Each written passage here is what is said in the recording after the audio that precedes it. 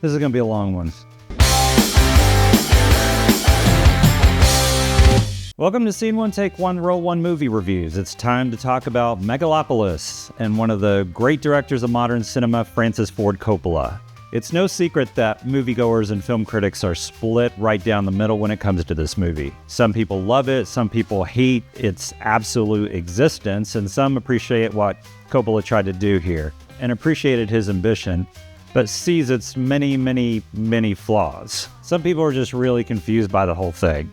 This passion project was in the works since 1979, with the screenplay being written and rewritten over 300 times. Coppola had the idea for this movie during the making of Apocalypse Now, and the first draft of the screenplay was written in 1983. After being turned down by every studio to make this film, he sold the majority of his Coppola wine empire to finance the project himself. All in all, the film cost around $120 to $150 million, according to some sources. While watching the movie, I kept putting myself in Coppola's shoes, getting a sense of it being someone's own money, thinking, so this is what $120 million looks like. Despite the problems with financing and distribution, there were apparently a lot of problems during pre-production and production, with many actors attached dropping out throughout the years. Actors like Paul Newman, James Caan, Robert De Niro, Leonardo DiCaprio, and James Gandolfini, just to name a few. Coppola wanted to start filming with his second unit in 2001 in New York, but because of the events of 9/11, he thought that it wasn't the right time for a movie that focused on the fall of New York. He also fired his special effects team at one point, postponing the film even longer like he did for Dracula. The ideas from this movie came from the Catilinarian conspiracy in Rome in 63 BC. In short, a guy named Catiline, who was in debt and was always being rejected by voters for election to the consulship, decided to plan a coup to seize the consulship by force, killing several elected officials and burning the city to the ground and canceling all the debt of the poor and the wealthy. His nemesis and adversary, Cicero, found out about the coup, and Catiline's plan failed. If that seems sort of confusing, don't worry. This movie is based on this, but doesn't really go in that direction. It starts as a modern version of this story, but strangely, it doesn't really tell the story. Adam Driver plays Caesar Catalina, and Giancarlo Esposito plays Mayor Cicero. And they are opponents against each other, but to me, that's as close as it gets to the modern telling of the Roman conspiracy. With all that backstory of the film, let's go ahead and get into it.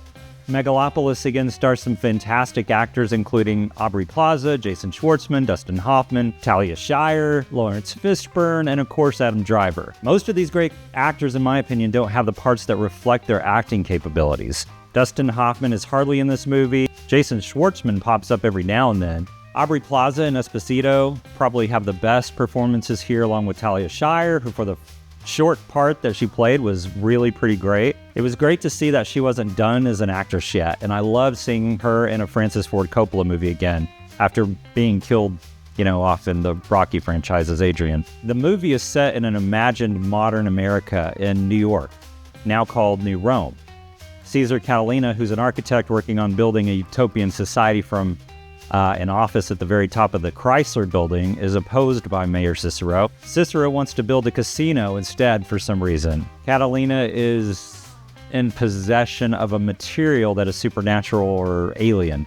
It doesn't really explain what it is, but he's able to build this utopian society with it, and also gives him the ability to stop time, some sort of superpower. At least I think it does. I didn't really understand. It didn't really explain that either. Catalina was also accused of killing his wife, but was acquitted, with the DA being, at the time, now Mayor Cicero. Catalina falls in love with Cicero's daughter, Julia, played by Natalie Emanuel, and the movie moves into this Romeo and Juliet-like story. The movie tries to be Shakespearean for some reason, and Shakespeare is quoted pretty often in this movie. At the beginning of the movie, where Cicero shows off a model of the city block he wants to build with a casino, Catalina comes in quoting Hamlet for no explained reason. It's kind of like he's just showing off. The to be or not to be soliloquy doesn't make any sense in this scene, and it was just a waste of time in my opinion. This movie was trying to be Romeo and Juliet, Hamlet, King Lear to a certain extent, The Fountainhead, which I know isn't Shakespeare, but it was trying to be Ayn Rand too. It was really strange. This movie goes in so many weird directions and then doesn't explain them. I still don't understand why Catalina has the superpower to stop time. He doesn't really use it. It's not even part of the story. Maybe the fact that he doesn't use it is the main point, but honestly, it's lost on me, what Coppola was trying to say. In one scene, he automatically loses this power with no explanation whatsoever, and in the same scene, Julie asks him to do the power for him, and he says, no, I can't do it anymore, I lost it, but then he tries and he's able to do it again. So super confusing, really frustrating. I don't get it. There's a character, Grace Vanderwall, who is like a version of Taylor Swift, who sings about her purity and virginity for some reason. That really brought nothing but confusion to the story. Besides being the center of a controversy to bring down Caesar Catalina by his cousin Claudio Pulcher. Shia LaBeouf, who's Claudio, was pretty annoying, but I didn't hate his performance like a lot of other people did. He played the character the way I'm sure he imagined, and it was written that way probably. He hates his cousin for his success and popularity, wants to destroy him.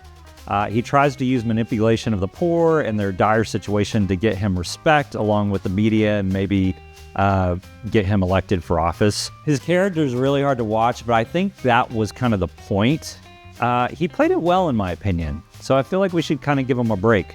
If this review seems all over the place, you're not wrong, but it's a good representation of how scattered this movie really was. So let me say what I liked and what I didn't like about this movie. First, I like a lot of the visuals. There are a lot of beautiful scenes in this movie, beautiful lighting, cinematography, and sets that I really enjoyed. I heard that this movie was hard to get through, that it was too long and really boring. I didn't really feel that way. It kept my attention despite some of the long, unimportant, and even irrelevant dialogue in a lot of areas. It was a little long and little heavy-handed on some of the dialogue. Again, I love Talia Shire as Caesar's mom, who hates him and is pretty funny doing it. I thought Aubrey Plaza as Wow Platinum, an eccentric TV reporter who worms her way into Catalina's family, was fantastic. I really liked what the film was trying to be and the concept, but I think Coppola had too many ideas in his head and too many causes to go after. He was influenced by books like The Fountainhead, The Chalice and the Blade, The Origins of Political Order, Debt, The First 500 Years, and a movie from 1939 called Things to Come, based on the book by H.G. Wells. Even though I love that there were these references, there were just too many references all in one story. I'm actually kind of struggling to think of what I really liked about this movie, honestly. I think that I liked the artistic vision of the film in the beginning. Okay, things that I didn't like. First off, again, with the superpower to stop time. Why? What's the point? The movie starts with a long scene with Caesar on top of the Chrysler building through, by the way, a window that looks so modern compared to the actual Chrysler building. And it's put in the most random place on the building for no other reason than just to do this scene. He uses his power here and a few other times in the movie with no significance to the story. He doesn't use his power to do anything really significant. And then it's used at the very end of the movie, again, for no other reason at all, but just to show that it's still there and that someone has it. The special effects were great in some areas and in others pretty horrible. They look fake and exaggerated, and maybe there was a point to it, but there was a scene where Caesar and Julia take an elevator, and the scene of the building behind them as they go up was obviously a screen showing these buildings in the background. The utopian society, when you see it for the first time, looks like a botanical garden where people live in flowers, combined with the look of Disney's Epcot or in Jurassic World without the dinosaurs and maybe even Avatar. The new Rome concept was very confusing because there is an actual Rome and it's not in America. They had a scene that represented the Roman Colosseum with chariot races and gladiator games, except with what looked like professional wrestlers. Why did America all of a sudden take on the Roman culture? It didn't make any sense to me. The only thing I could think of is that maybe this is an alternate universe. Rome had a hand in creating America in this universe. Talia Shire actually talks about string theory and alternate universes at one point in the movie. It's really a small just mention of it, but it seems like that might be where this was going. But maybe I'm trying too hard to make pieces fit into a movie that I really wanted to love. I mean, the director gave us so many great films like Apocalypse Now, Godfather 1 and 2. We won't talk about Godfather 3. But The Outsiders, The Conversation, Dracula, and Jack. Nah, I'm just kidding about Jack. I don't know what he was thinking with that movie. Coppola was one of the group of directors who changed cinema forever. He was part of the group that included Spielberg, Scorsese, De Palma, and George Lucas, and they moved the industry into a new, younger frontier of filmmaking. So I really tried to love this movie and see his vision for it. Before I saw it, I thought that maybe it would be like Apocalypse Now, where everyone hated it, but became one of the greatest films ever made. Or Kubrick's 2001, that was a huge flop in theaters, and now it's shown in film school. But sad to say, I think that this movie is going to be made fun of for a long time, the way Ishtar was in the 80s and 90s, also including Dustin Hoffman. By the way, a lot of scenes seemed like a parody that you'd see on Saturday Night Live. Parodies of weird perfume commercials that are always around during Christmas time that are like dreamlike and surreal, and like Johnny Depp is in them, and they're just ridiculous. There were a lot of bad performances, in my opinion, by great actors, and that was one of the biggest downfalls of this movie. There wasn't anyone to root for, and I didn't really like any of the characters, sadly. The movie felt like it was trying to be smarter than the audience, like that friend who thinks he knows everything and tries to prove you wrong any chance he can get, but ends up looking really stupid. You have to Google something to prove him wrong, and usually he still holds his ground. There's one scene where the screen gets really small and moves down closer to the audience, I guess to get on their level during an interview where Caesar is asked a question, and that response is one about love, which is kind of cliche in my opinion, but the scene was kind of confusing, especially why the aspect ratio was the way it was, until I found out that during the premiere, a real-life actor in the theater goes up to the screen to ask a question to Caesar, and after a few seconds of contemplation or delay, because he's on the screen, he answers. I'm not sure if Coppola wanted this to happen in theaters all across the world, but it was really strange that he kept it this way, but not had the actor come up to the screen. But either way, I think it would have been strange, honestly. There really wasn't any need for a real person to go up to the screen to ask a question like a reporter. It was all just kind of showy and unnecessary. It really wasn't relevant to the story in any way that I'm aware of. I feel like it was just trying to be cool and revolutionary, maybe. Who knows? Does Coppola even know? I mean, really, I don't know. I feel like it's trying to point out the potential fall of America, the fall of society.